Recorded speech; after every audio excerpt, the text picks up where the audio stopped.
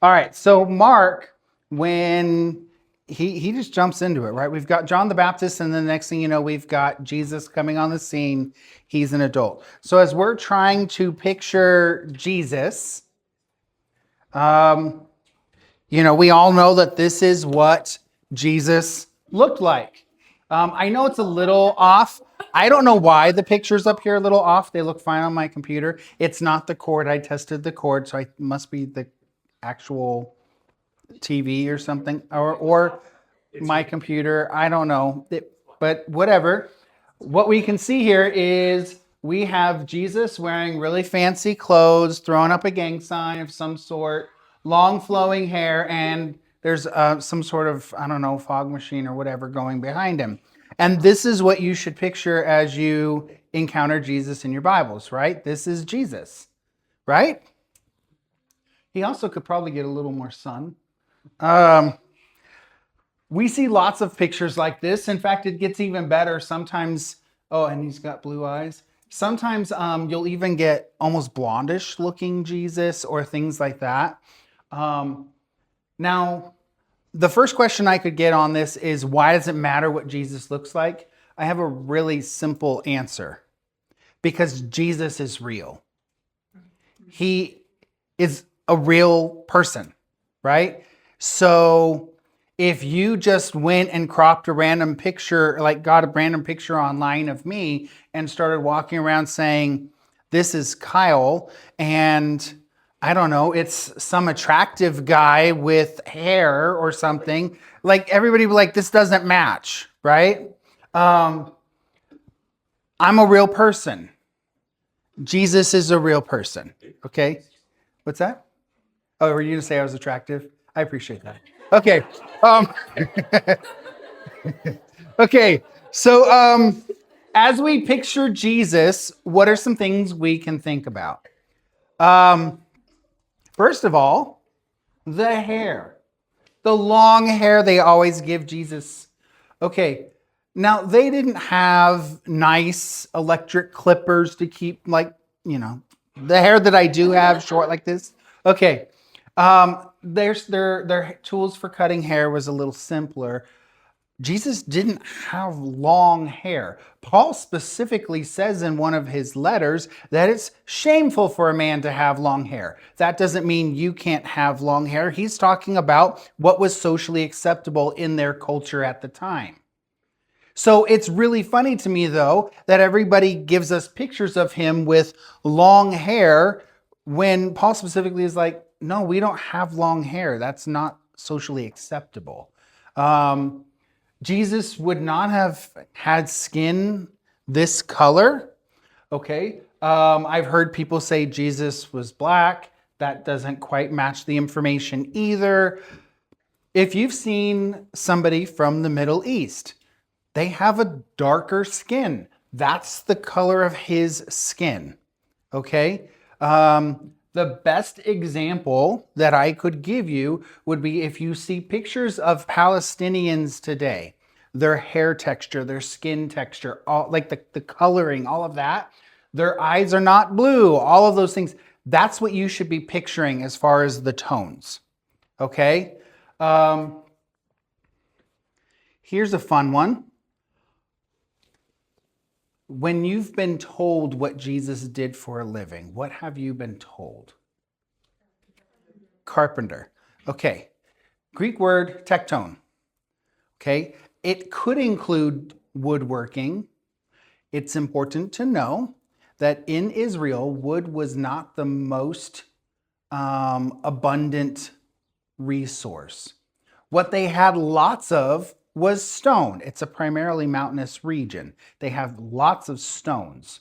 So when you're looking at things from Israel, most of it's made out of stone, including their mangers. We'll talk about that another time if you haven't been forced to hear those messages before from me. Everything's made out of stone. If they can make it out of stone, stone's really available. They do make some things out of wood, obviously, but they try to use it as little as possible because it's just not something that's constantly available to them.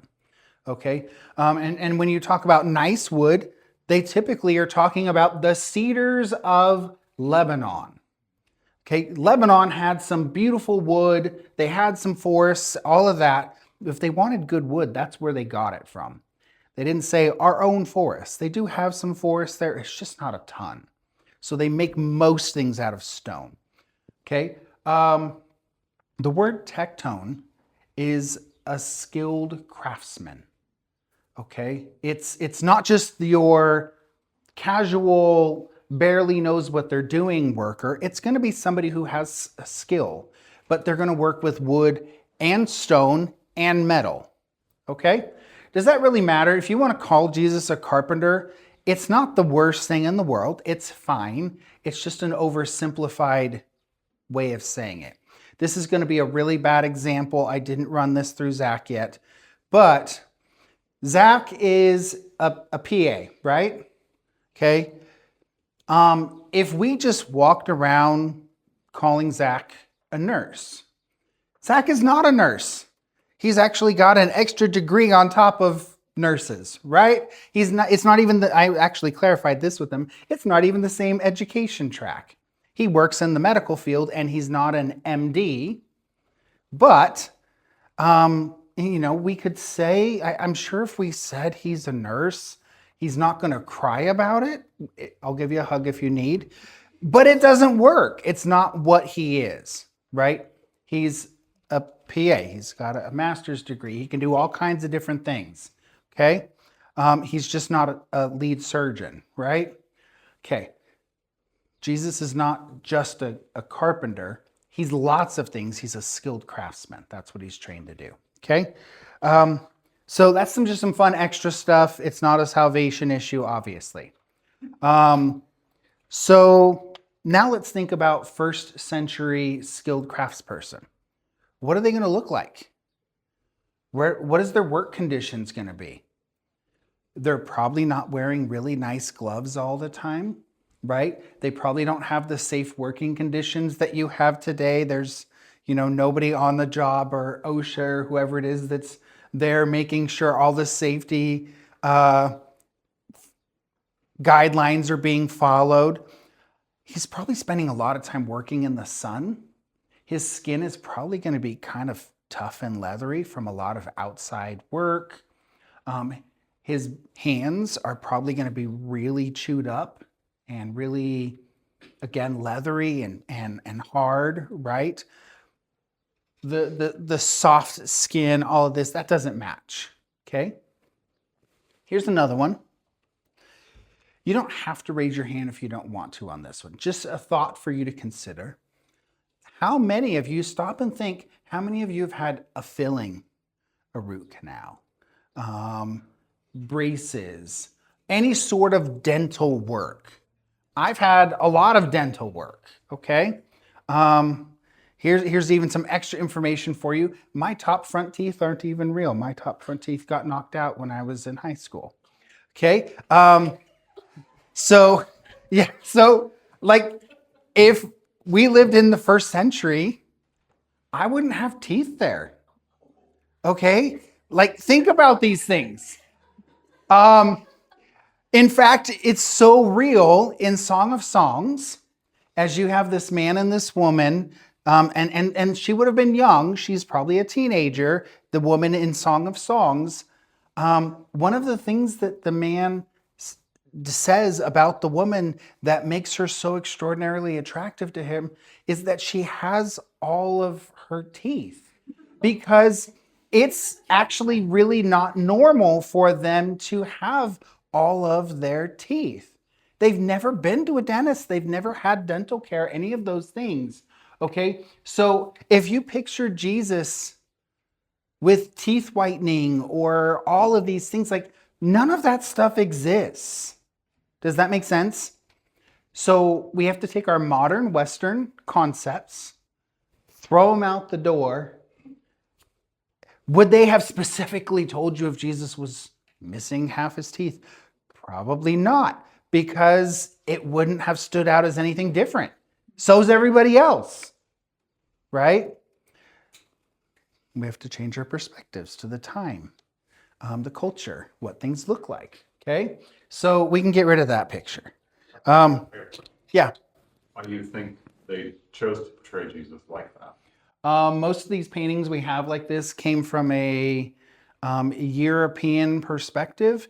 And I think the Europeans at the time, hundreds of years ago, 1,000 years ago, whatever it was, didn't have the understanding to think beyond themselves. And so they just assumed Jesus would look like whatever their standard of beauty at the time was.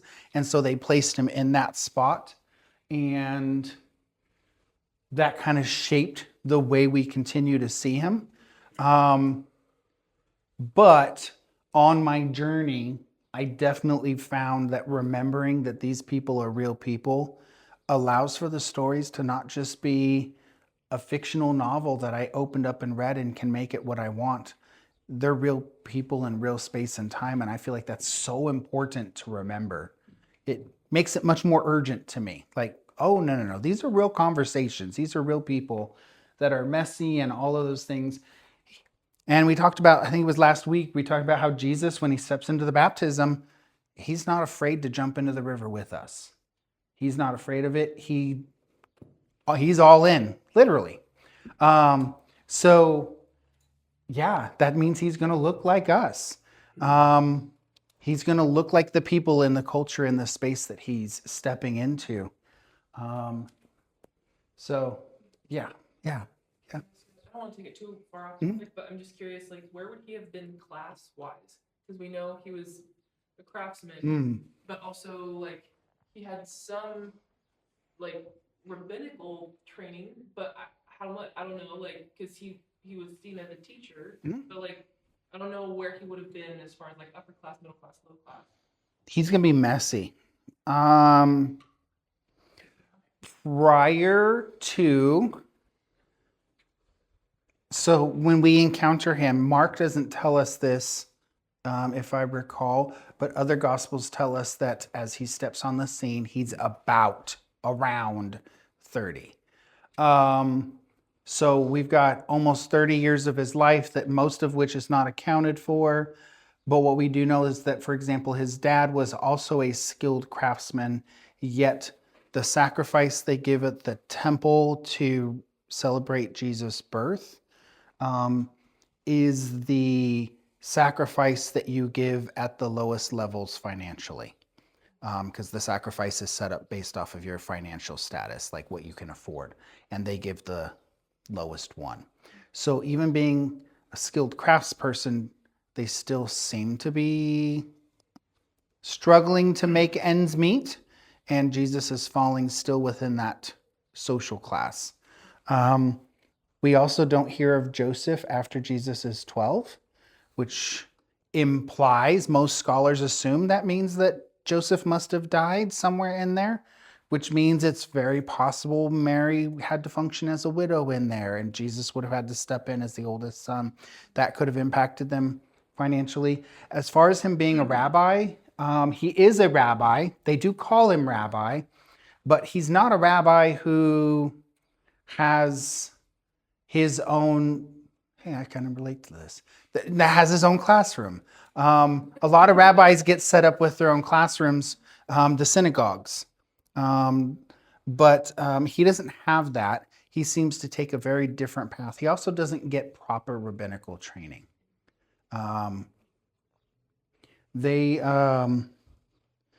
Essentially, education, the way it works is that most people have access in Israel to education, including if families want their daughters to have education. Some synagogues will allow for girls to be educated as well. Their education,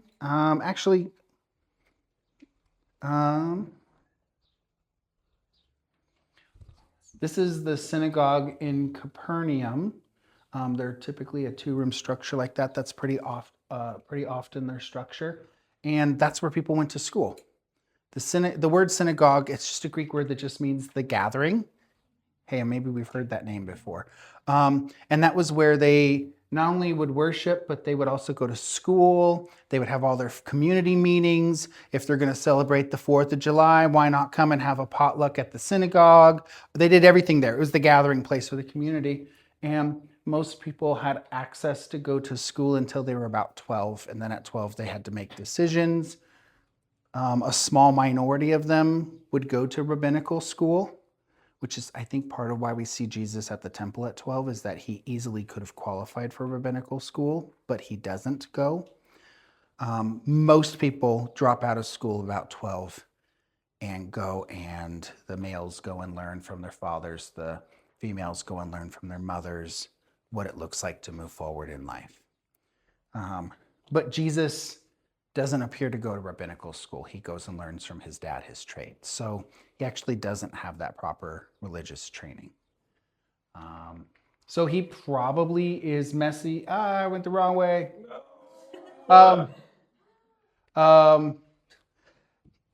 He probably still would have sat pretty low class. We do actually see that sometimes rabbis see that he is theologically skilled, but they still sometimes talk down to him. So he's like a teacher that doesn't have his classroom. Yeah. If you don't know the inside joke, I don't have my own classroom at school. I have to travel around to different classrooms. So yeah. All right. So what does Jesus look like? I don't know, maybe 10 years ago or so, they found the skull of an Israelite male from the 1st century. And using cultural understanding and all of that, they used computers to take this skull and make a face of what somebody would have probably looked like, what this skull probably looked like as a man in the 1st century. The computers did it. That's why it's got the weird distant look to it. But generally, you can kind of picture something like this. Now you can say, well, he looks like he's got long hair there. He's got some mullet action going. Even Jesus could rock a mullet. Remember, they don't have the clippers to make it as, like, they're not going to sit there and shave their head constantly. That would be a lot of work. They probably have something like shears or something like that they're using to cut hair. It's going to be an amazing job, right?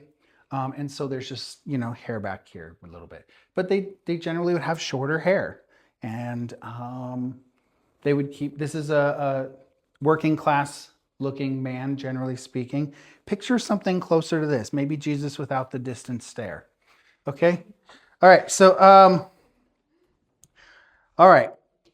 with this in mind, trying to do our best to picture what a real Jesus looks like, our text. As Jesus walked beside the Sea of Galilee, he saw Simon and his brother Andrew casting a net in the lake. They were fishermen. "Come, follow me," Jesus said. "I will send you out to fish for people."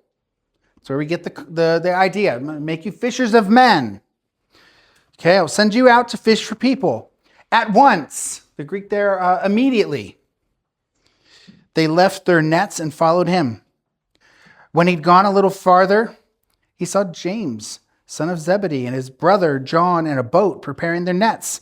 Without delay, he called them, and they left their father Zebedee in the boat with the hired men, and they followed him.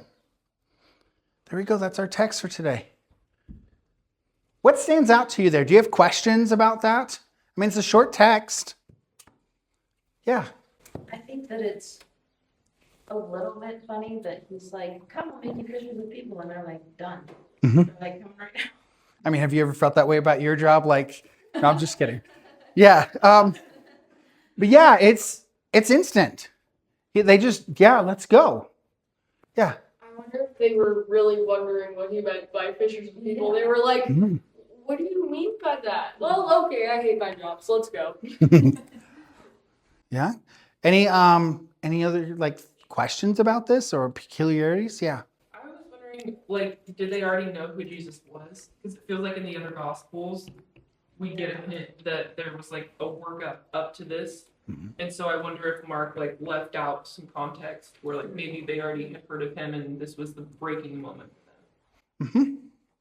Good. Yeah.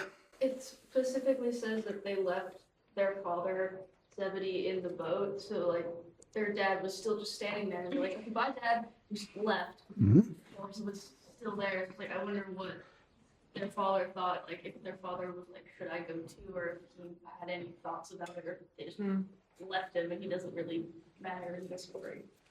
Yeah. They actually probably would have left him in a precarious position, Yes. because he's older, and he no longer has his sons to help him with the business. Yeah. That's funny. That's in the water yesterday. So he had I was wondering, like, why the fishermen, like, there's two groups of fishermen here. He's a craftsman, and he goes gets these fishermen, and it's like, why? Or was there like a dominant, economic activity there? Like the majority of people want that, like, or did he just pick fishermen just because he liked fish? Yeah. Needs people to, build in meals. Yeah. Yeah. Cook, he got, spring. Yeah. Okay.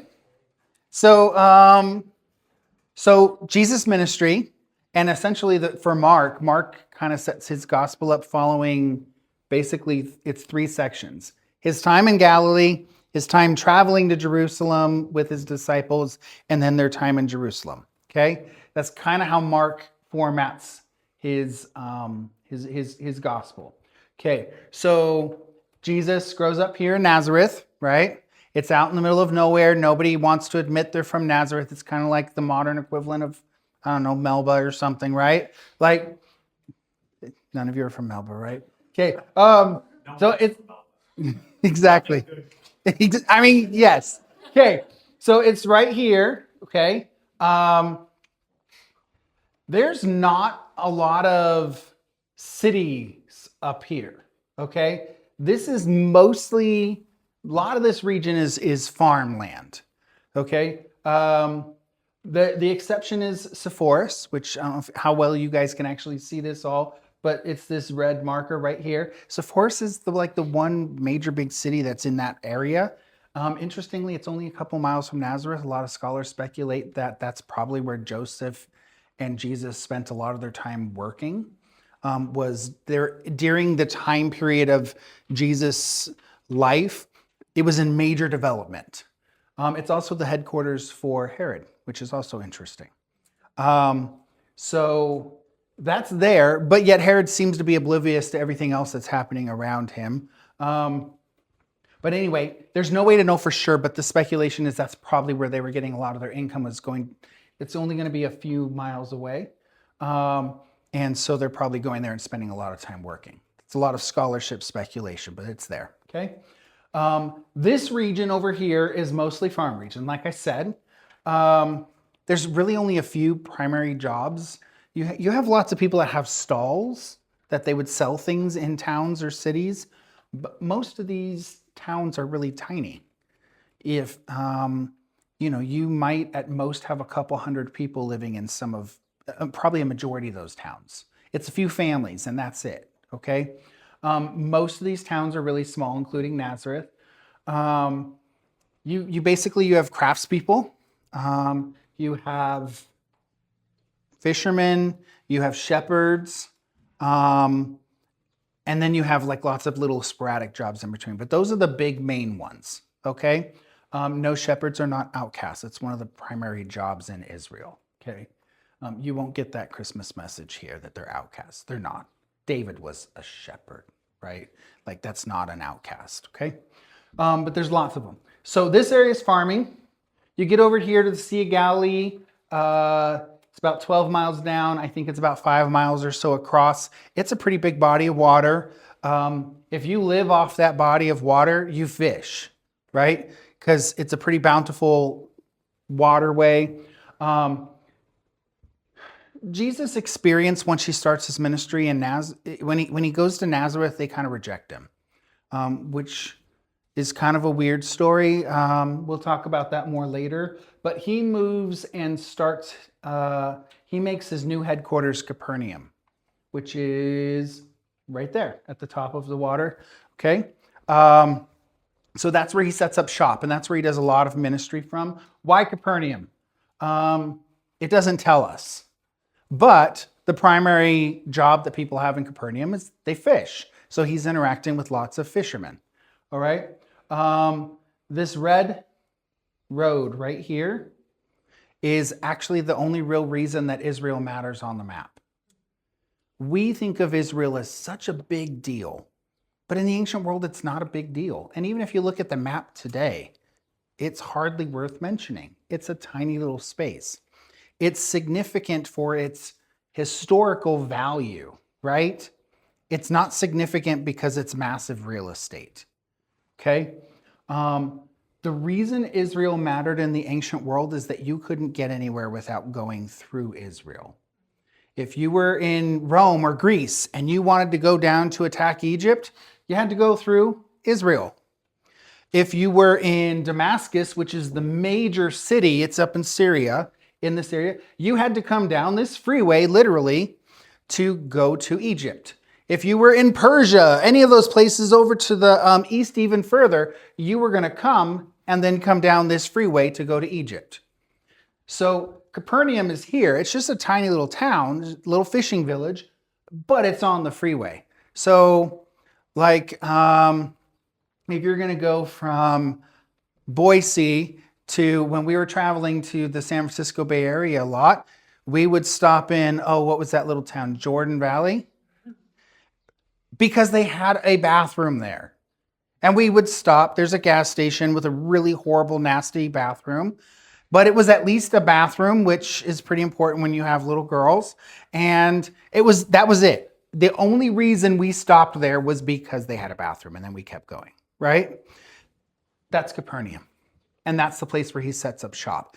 So worthwhile? No, except for, unlike a lot of these other villages that are very locked into a very rural version of being Jewish, that are out in the middle of nowhere, super conservative, just doing their own thing, Capernaum actually has like a whole detachment of Roman soldiers there.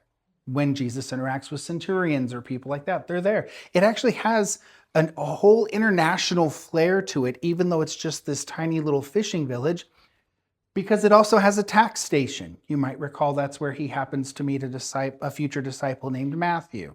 It's a stopping point. It's a pole station. Everybody's got to stop there on the way, even though it's just a tiny little fishing village.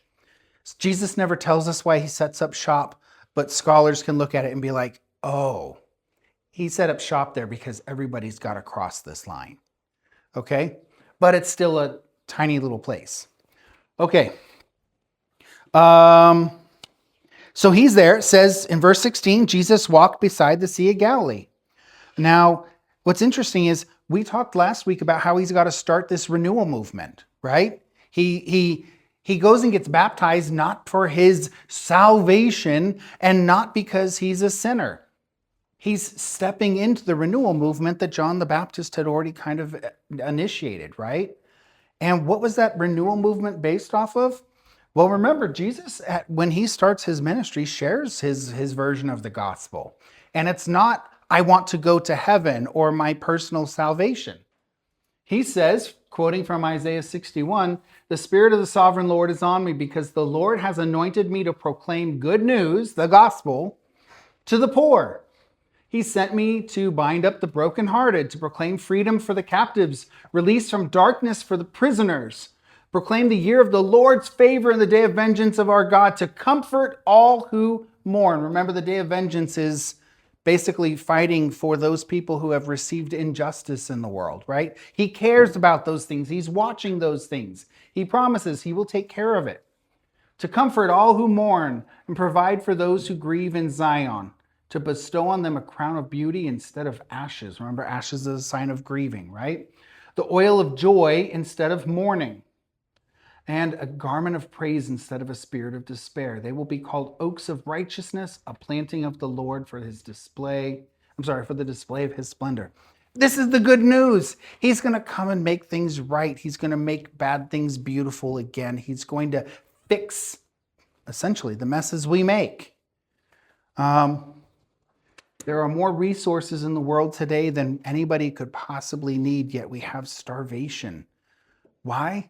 It's not because the food's not there. It's because it's all locked away in my pantry, right? It's because we don't share. It's because we don't actually look out for our neighbors the way he calls us to.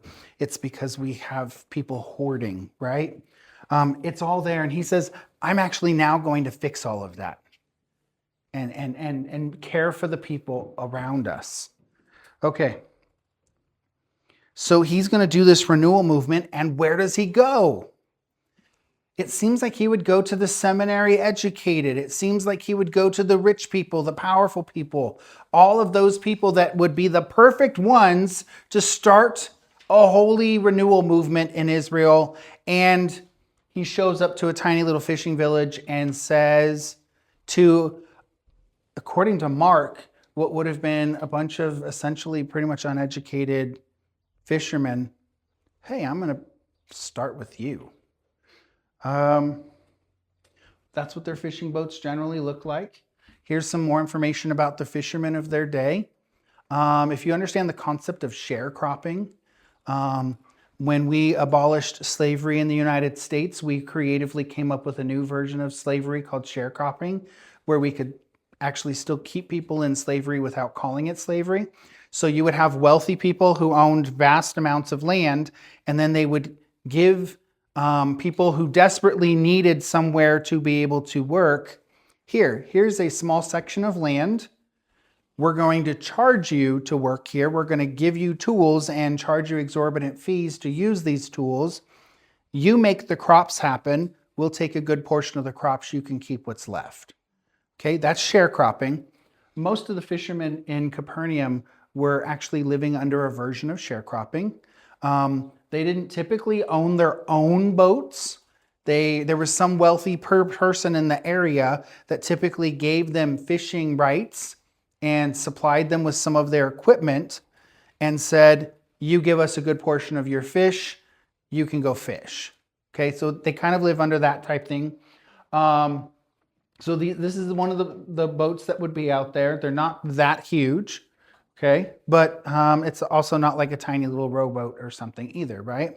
It's a sturdy boat.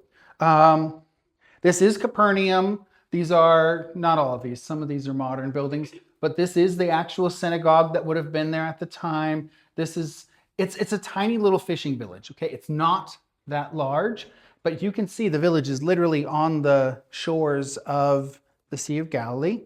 So when it tells you he's walking along the Sea of Galilee, he literally is, right? Bumping into the people that are just working there. All right. The main fish there is tilapia. Just so you can kind of picture their real life. These are some pictures of tilapia. All right. These fishermen, the people that we're going to know as the 12 disciples, pretty much 100% across the board, scholars are going to tell you that with the exception of probably Peter, the rest of them are teenagers. Peter, we know, it hasn't mentioned it yet, but we know that Peter is already married, but he doesn't have children yet. But outside Peter, the rest of them haven't gotten married yet. Israelite men typically get married in their 20s. So he might be in the first half of his 20s. He's the oldest. The rest of them are assumed to be somewhere in the range of teenagers, between 12 and 20-ish. Okay, so Jesus comes up to these people. He basically becomes the first youth pastor, gathering a bunch of teenagers around him. Does that include Matthew? Like, would they have had tax collectors that young? If he's able to do the math and he's willing to do it. And honestly, that could kind of make sense, that you would have a young guy zealous to try to figure out his way in the world and is willing to maybe even sacrifice some of his values to try to get a paycheck to get started in life. So it's very possible. He probably is not at the younger side. He probably is at the upper end, but he could be. Sorry, I got a tickle. All right. So it says he saw Simon and his brother Andrew casting a net in the lake. It says they were fishermen. Most fishing happens at night or in the very early morning. It doesn't tell us what time of day it is, but we can kind of make a speculation. And like, I think it was Brandy, like nobody says how they know Jesus. In the beginning of John tells us that a lot of these guys had been followers of John the Baptist. Okay, so John shows us connections. They've In the book Gospel of John, John actually has John the Baptist pointing Jesus out to some of them, saying, hey, that's actually the guy you can follow. He's the one that you should follow. And they start following Jesus. Many of these people are probably people who have heard John's message, maybe have heard about Jesus already. We don't know. It doesn't give us good information, really, truly, other than it seems like some of these people were eager and ready to go. Now, there could be the impulsiveness of being young and finding something you're excited about and you bought into. I definitely know when I was younger, I was much more zealous and ready to just jump on to whatever looked exciting at the time. Oh, this guy's going to do a renewal movement. I'm in. And especially for many of them, with the exception of Peter, they have a little bit more freedom in their life still at this point to be able to take those kinds of risks. That's possible. We can make that justification, but that's still speculation. It does seem like John the Baptist has influenced some of it by preaching about Jesus and pointing fingers to Jesus. But even if we give all of that, it's still a big deal for them to just, walk away. If they're working as sharecropper fishermen, the idea that they would just get up and walk away from their equipment and their livelihood to go follow Jesus means they just racked up debt, right? They're going to somehow at some point have to pay back this sharecropper guy for the equipment they just walked away from the debt that they owed for the job they were on. Does that make sense? And being a fisherman would be their identity.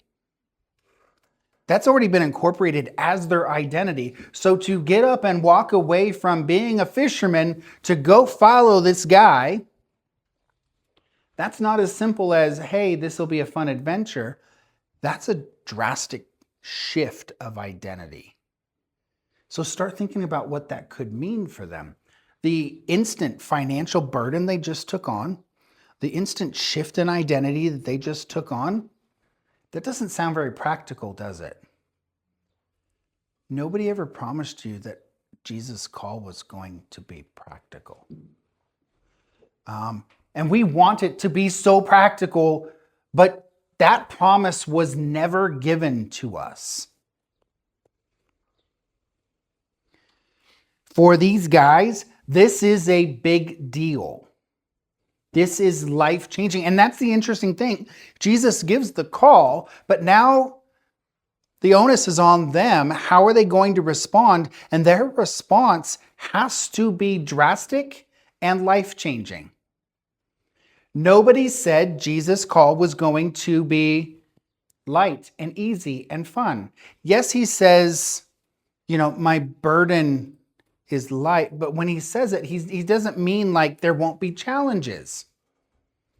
It just means certain things in life change and get better, but it's not all of it. Jesus is poor. Jesus is a professional couch surfer. Not the person you typically in society would think, hey, that's the guy I should go be like. Now, this whole phrase, fishers of men, I will send you out to fish to people. You've heard that before, right? We have all kinds of symbolism about fishing. What does that mean? If you're like me, we're probably taught it just means go find people and point them to Jesus. Does that match what you've heard about that? What does it mean? Have you gone fishing before? And I don't know.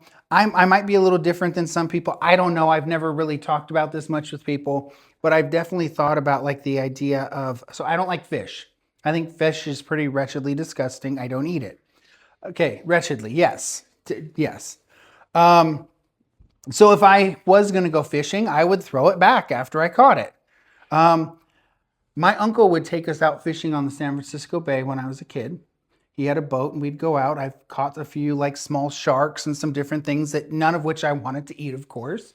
I'm not interested in eating shark right now. It's not on the menu.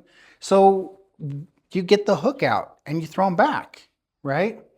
And I remember thinking, like, that's got to be so painful to have this piercing that you didn't ask for, right?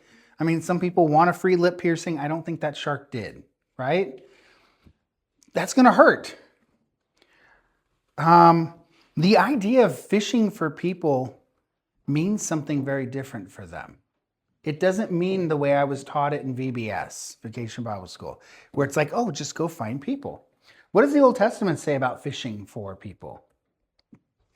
This is from Jeremiah 16. But now I will send for many fishermen, declares the Lord. They will catch them. After that, I will send for many hunters. They will hunt them down on every mountain and hill and from every crevices and rocks. My eyes are on all their ways. They are not hidden from me, nor is their sin concealed from my eyes. That doesn't sound warm and fuzzy. He's talking about judgment. Ezekiel 29, speak to him and say, so this whole conversation is a message from God to the Pharaoh through Ezekiel. Okay, this is what the sovereign Lord says. I'm against you, Pharaoh, king of Egypt, you great monster lying among your streams. You say the Nile belongs to me. I made it for myself, but I will put hooks in your jaws and make the fish of your streams stick to your scales.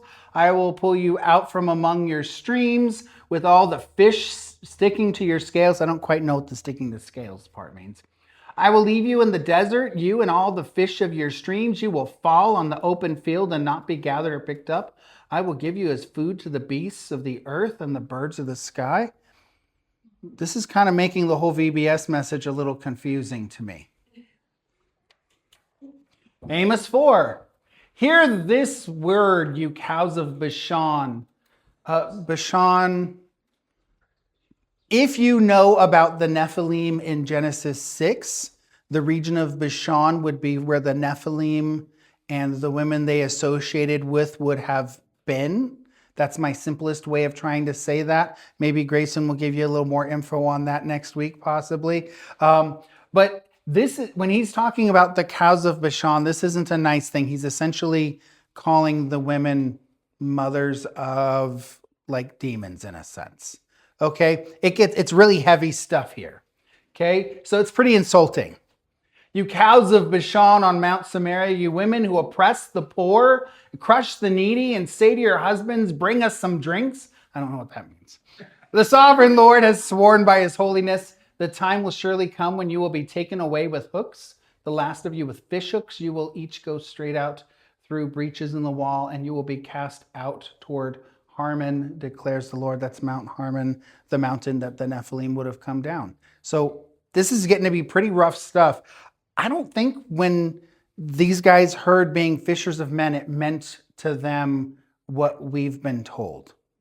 Do I have one more here? Oh, I do. This one's from Habakkuk, chapter 1. You've made people like the fish in the sea, like the sea creatures that have no ruler. The wicked foe pulls all of them up with hooks. He catches them in his net. He gathers them up in his dragnet. And so he rejoices and is glad. Anyway, in the Old Testament, people being fished for was seen as judgment. It's connected to judgment. So when they hear from Jesus, I'm going to make you fish for people, that would have been confusing. Wait, it's a message of judgment? But no, that's not what Jesus is talking about. He's actually offering grace. Can judgment and grace fit in the same category? With Jesus? I mean, kind of, yeah. His judgment looks a little different than what we think of. He shifts the way judgment looks. He offers grace. That's where judgment fits in with Jesus, right? He offers grace. Yes, there's judgment associated with what Jesus is doing. But that judgment is, let's get you back on the right track. Let me offer you something different than the place where you currently sit. It's kind of an interesting thing to ponder there. He goes to these guys and he says, come help me with my mission. There's a lot of people that have gone off the rails, and I'm going to raise you up and invest in you so you can help me get them back on the rails in a way that's going to be good. It's not just simple, let's bring them to church to fill the chairs. It's let's change their lives. Let's bring renewal. Let's bring hope. Let's restore people. Let's disciple people. Okay? It's not going to be as simple as they come to church and hear a warm, fuzzy message every week. It's going to mean we actually live lives with them and help them get renewed. But that means that we also must have made the drastic choice to be renewed, much like these disciples making this drastic choice. Are you willing to make that drastic choice? Let me tell you, when I was studying for this, I was actually rocked by this. Like, I had no idea. I had not ever paid attention before that every time the Old Testament talks about fishing for people, that it's judgment. That's not what I'd heard. And then it says their response, at once they left their nets and followed him. He goes on a little further. He sees James, son of Zebedee, and his brother. Note it's two pairs of brothers. That's an interesting connection Mark does there. I don't know why, but it's interesting. So now he sees James and John in a boat preparing their nets.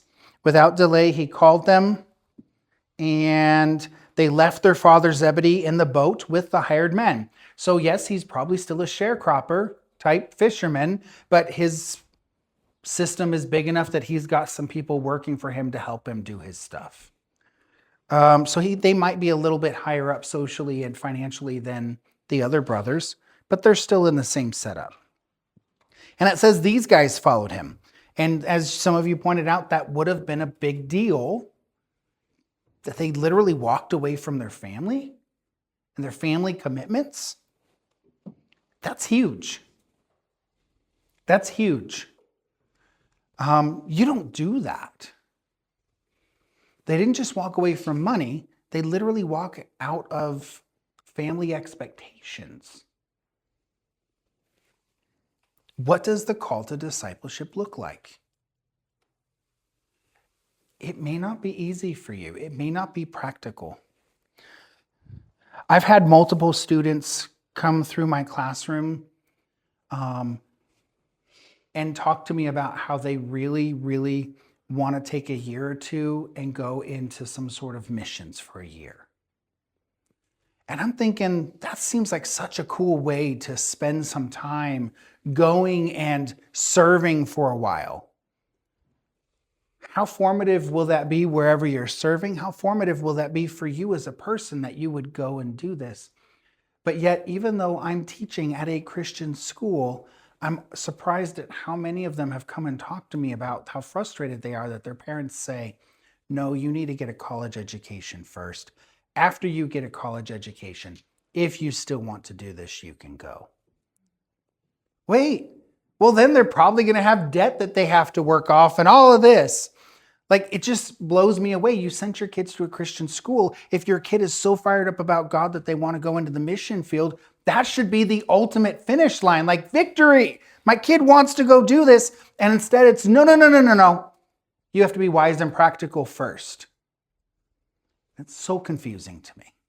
I mean, I get it from a practical side, but still so confusing to me.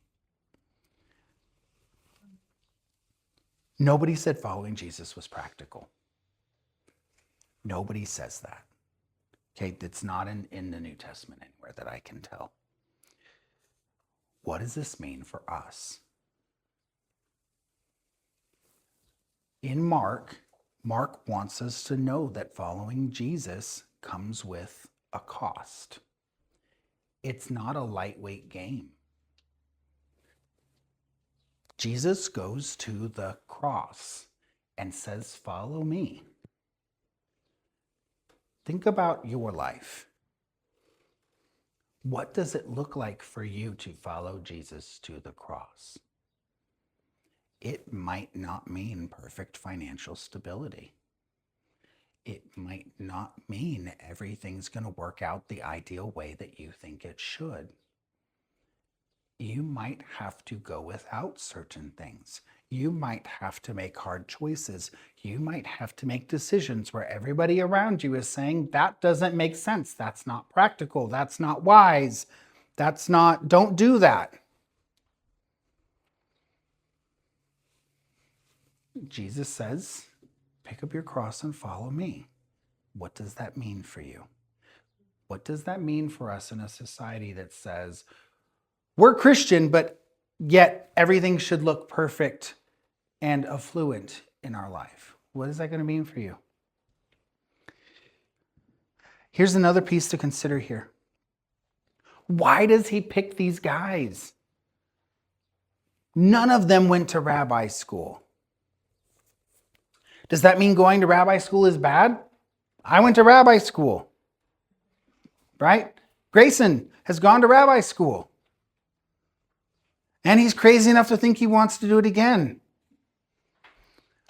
Is that bad? No, I think it's really good. If any of the rest of you want to do it, please talk to me. As a church, we will try to figure out a way to stand behind you because I want you to go. It's not bad. But he doesn't pick the people with fancy letters after their name to start his renewal movement with. He just goes to these teenage fishermen who don't have college degrees and says, let's do this. It's interesting. I was listening to this thing. I haven't read the book, but I was just listening to this talk having to do with some things that the author Andy Crouch had written, if you've heard of him. And he was talking about the concept of the word impact. We think that we want to go impact the world. Have you ever wanted to impact something around you? We use this word impact as a positive word. I want to go change the world. I want to make an impact. And what Andy Crouch says is that it's only within the last generation that the word impact was used in a positive sense. It's always been used in a negative sense. So you have, for example, a wisdom tooth is impacted. That's not a good thing. Two cars find each other and they make an impact. It's not positive, right? If an asteroid impacts the Earth, that's not a good thing. Ask the dinosaurs. Okay?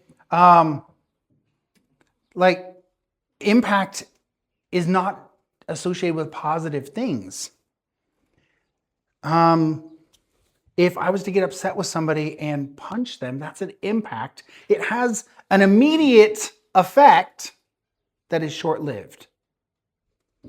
It might make a big deal in that moment, and rightly so. But it didn't solve anything. It doesn't move anything forward in any long-term way. Does that make sense? Except for maybe my criminal record for assaulting you, right? It doesn't give us what we need. It's not actually what we say. Instagram. You post something and a bunch of people like it. Oh, great. I had an impact. No, they forgot you 10 seconds after they pushed the little heart, right? It's not actually changing the world or probably changing any minds. You basically just found the other people that think like you and like the same Lego thing that I posted or something, right? Jesus doesn't go for making an impact. He goes for having influence on the world. What does influence look like? Influence is this idea that you will make subtle, basically interactions with people or subtle touches in people's lives that slowly start to make change. Slowly starts to develop things, slowly starts to build things. Okay, the word influence actually comes from ancient people who believed that the moon and stars subtly impacted their life. They couldn't tangibly feel it, but they would see the effects of it in their life. That's where the word kind of comes from. Okay, so think about influence. Is there anybody that's influenced your life? Anybody that as I was riding to church today, I was talking to Lila about my 10th grade history teacher and a conversation that she had with the class. I remember her. Her name is Mrs. Beery.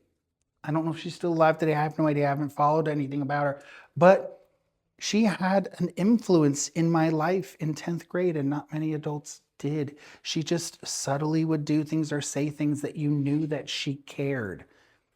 And here it is, I'm almost 50 years old, and I can still remember my 10th grade history teacher. She had an influence. Pastor Mike is the guy who I would say kind of saved my life.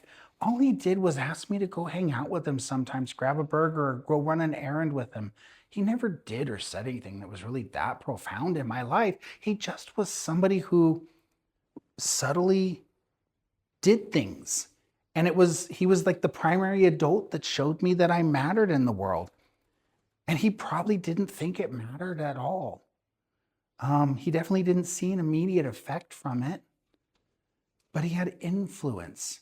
And here I am still today. I still often, when I'm thinking about things, wonder what would Pastor Mike do about this? How would he think about this? Okay, influence. Jesus tells us about a mustard seed that will slowly grow, even though it starts off so small, but yet it will turn into this big thing. And he says, here, I'm going to have an influence on these guys. I'm going to invest in them over several years of their lives. What lingering questions do you have? What do you think? Is there anything you want us to reflect on before we wrap up?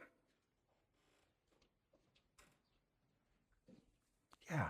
I thought that when we were reading those different sections about the fishers and hunters, about how Jesus is using what different people already know, what their skills are, to make an influence. Like, they don't have to completely change who they are. I mean, they are in a way, but they're still being fishers. Mm-hmm. So God seems to have already set them up and trained them for what they need to know. Even if in their world it may not have felt like it was a big deal to them, but maybe somebody who's really fascinated by birds could use that fascination with birds to maybe make other connections with other people who are already fascinated with birds. And who knows what new conversations and things could come from that, right? Where, for me, I'm probably not going to be the best one to talk to about birds, but maybe someone like you could find somebody who's really excited about birds and have really beautiful conversations, and who knows where it goes. And it's interesting how he uniquely shapes us for those things, right? Yeah, absolutely. Yeah. I guess usually when I think of Jesus, I think of him as a radical, kind of a revolutionary, especially for his time. So when you were talking about how it was more like the subtle ways that he would influence things and change things. What does that mean for like Christians? Are we supposed to only do it in subtle ways? Or are we supposed to participate in revolutions and protests? That is a massive question, but let me try to give a simple, short answer to a massive question. The verse that we looked at earlier from Jeremiah 29 says we are supposed to be active in our current context with love. I think that, so during the civil rights movement, many pastors stood right at the forefront of the civil rights movement. The seminary I went to was one of the denominations that was at the forefront of the civil rights movement. But the civil rights movement was a pathway to look out for your neighbor, but yet they also did it through nonviolence and with making sure to love people and care about people. They were not set up to riot and lead a violent revolution. There is a time to flip over tables. But we have to be careful and wise about when we flip over tables and when we go and set tables for our neighbors. Does that make sense? There's a time. There's always a time to speak out. But we have to be very wise about how we do it. And we want to focus on how Jesus flipped over tables, yet he only did it once in a 3.5 year ministry. Most of his change came from conversations. Does that make sense? So it's balancing the two and being wise about it. And even when there is a time to flip over tables, he's very intentional at how he does it. But most of the things that he does are conversations with people. Messages he gives to a group that already wanted a message. Spends a lot of time sitting down at tables with people who don't think like him at all, and yet they can sit there together having a glass of wine and eating dinner together. That's where most of his revolution takes place. He speaks truth, but he speaks truth in a way that's loving. Sometimes it's direct, but it's always thought through. Does that make sense? Did I answer your question? Yeah, and it makes sense, like, I guess when I meant like a radical or revolutionary, I definitely meant someone like, obviously he's not calling people to violence, Mhm. like, anything Yeah. like that. Just kind of like, I guess, sometimes making a big display, like you said, when needed, is still okay. as a Christian. I think there's times for it, and I think there's also wisdom in it. And I'll be honest, I wrestle with this one a lot because there's a lot of things that I would like to go out and protest for. And then I have to ask the question of, if I go to that protest, how much will I gain from it? And how much will I lose in influence in people's lives? That maybe a conversation with people might have been more fruitful. And I don't know what's right or wrong. I'll be honest, I wrestle with that question a lot. But Jesus is very political, yet not political at the same time. He intentionally does not get involved in the direct political actions, but yet he makes very direct social commentary often, in ways that are eye-opening. I guess my question would be, when people protest, I wonder how effective it really is in changing people's lives, or if it just boosts up an echo chamber.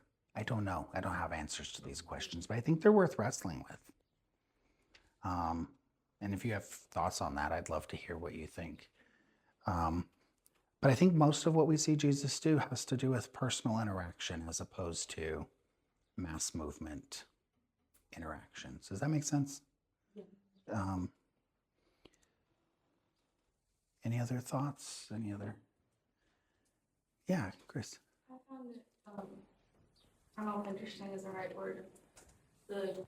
Looking at how it says, my yoke is easy, my burden is light, yet there is still a great cost to following Jesus. Mhm. And to me, it comes across as like, it's because he's not asking us to do much. Like, it's through that subtle influence of just loving our neighbor and doing what's right and following him, that it's not that we're doing much that causes it to be the burden. It's just that we live in such a world of sin and fallenness that it's not our fault that we're having to do a whole bunch to have that burden. We're just walking to follow Jesus. Yet that action alone is what causes it to be such like unpracticalness of it all. Yeah.